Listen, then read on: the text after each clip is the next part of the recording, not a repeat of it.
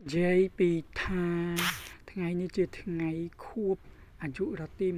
26ឆ្នាំបងប្អូនហើយចំជាថ្ងៃទី15ខែមករាឆ្នាំ2025បងប្អូនដឹងហើយណាបងប្អូនទាំងអស់គ្នា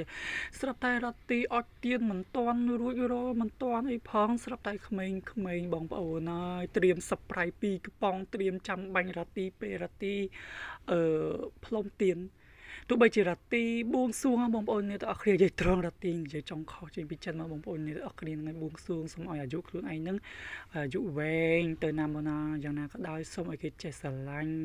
ចេះគោរពមកដល់លើយើងកុំឲ្យគេស្អប់អីអញ្ចឹងណាបងប្អូនអ្នកទាំងអស់គ្នាហើយនាំគ្នាចាប់ផ្ដើមច្រៀងបទ Happy Birthday អញ្ចឹងទៅអរគុណច្រើនអ្នកទាំងអស់គ្នាដែលបានមកចូលរួមខួបអាយុ26ឆ្នាំរ៉ាទីបងប្អូនអ្នកទាំងអស់គ្នាហើយបងប្អូនហើយចាប់ផ្ដើមច្រៀងចប់ក្មេងៗចាប់ផ្ដើមក្រឡេករសប្រៃ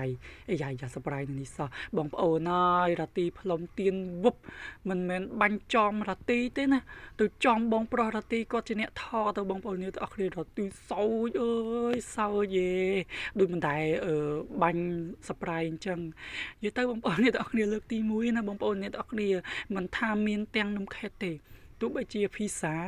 រ៉ាទីលើកទី1ហ្នឹងធ្វើខួបញ៉ាំភីសាបងប្អូនអ្នកទាំងគ្នានាំគ្នាសោចក្មេងៗ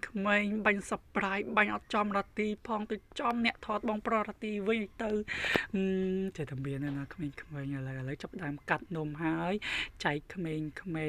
នឹងហើយបងប្អូនអ្នកទាំងគ្នាសប្តាហ៍រ៉ាទីយើងត្រង់ចុងក្រោយរ៉ាទីញ៉ាំនំខេតបានតែមិនតិចទេបងប្អូនអ្នកទាំងគ្នាហ្នឹងហើយមិនថាមិនតិចមិនតិចទេបងប្អូនអ្នកទាំងញ៉ាំហើយព្រោះរ៉ាទីញ៉ាំម្ដងហើយរ៉ាទីញ៉ាំតែបន្តិចក៏បានហើយអញ្ចឹងណាបងប្អូនអ្នកទាំងគ្នាហ្នឹងហើយអញ្ចឹងរ៉ាទីមានតែវីដេអូតែប៉ុណ្្នឹងឯងនៅអាយុរ៉ាទី30ឆ្នាំទៀតនៅធ្វើទៀតហ្នឹងហើយអរគុណច្រើន